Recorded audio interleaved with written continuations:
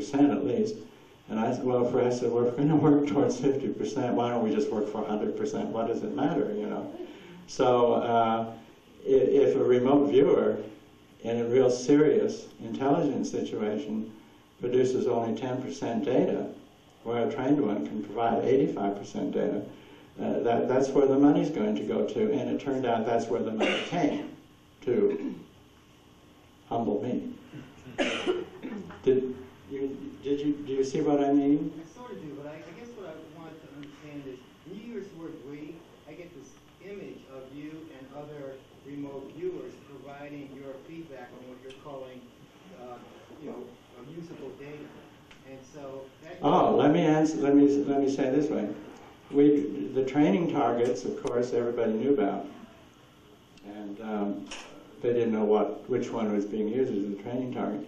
But myself and two skilled natural remote viewers, and myself, and I forget what, did what was called operational sites. Okay, and they were secret or top secret or above. We never had any feedback, except if more money came. You see, if these hadn't been useful, the users of the information said, well, deep six them, give them cement boots, that kind of thing. Yes, sir? What would you say to someone looking to begin training? You were just talking about training. Good luck. Yeah. Yes, ma'am. I'm wondering if you ever did a remote viewing of Mars. Yes. This was a group remote viewing. I think there were 9 people altogether, and each one worked independently and alone, and then we, compiled the data and everything.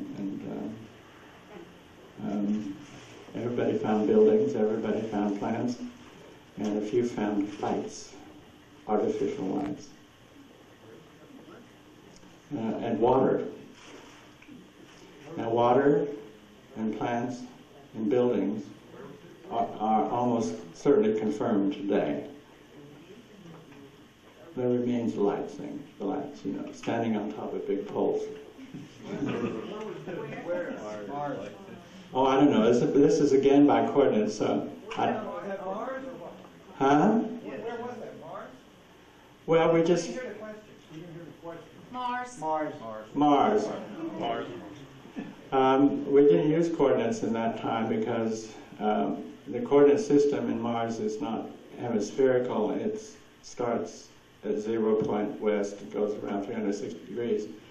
And we thought that would be confusing, so we just said Mars, and that's people found all these things. Now, when this was done, I think it was in 1977, and there was no way to have feedback on it, but they found water, plants, and buildings, okay? And the existence of those on Mars is pretty well confirmed now today, as Dr. Van Flandern said in his lecture yesterday.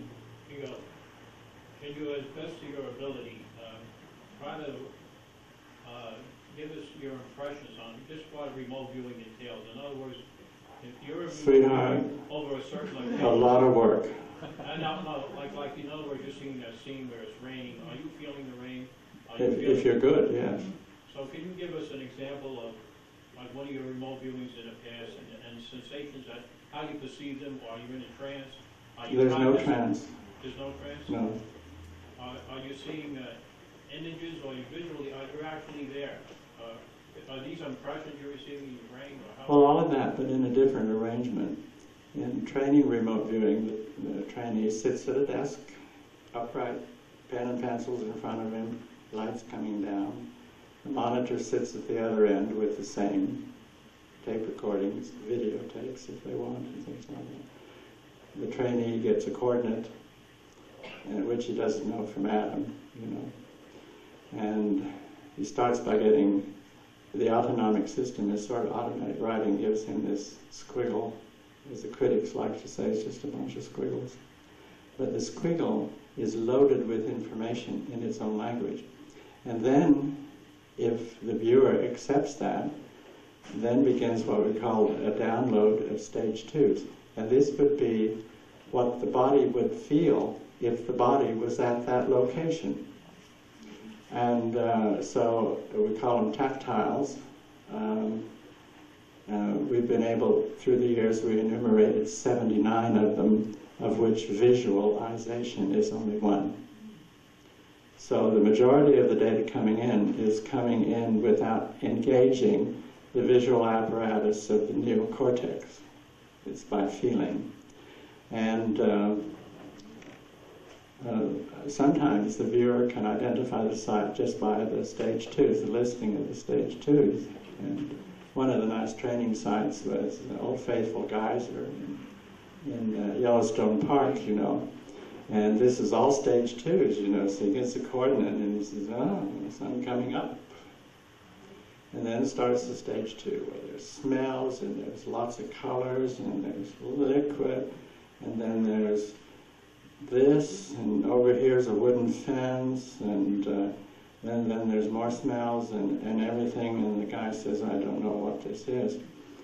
And but if, you know, Old Faithful erupts about every 25 minutes, I think. So if we draw this out for 25 minutes, you can say, be sure that Old Faithful is going to go up, and then he says, oh my God, there's water coming up. It looks like Old Faithful to me.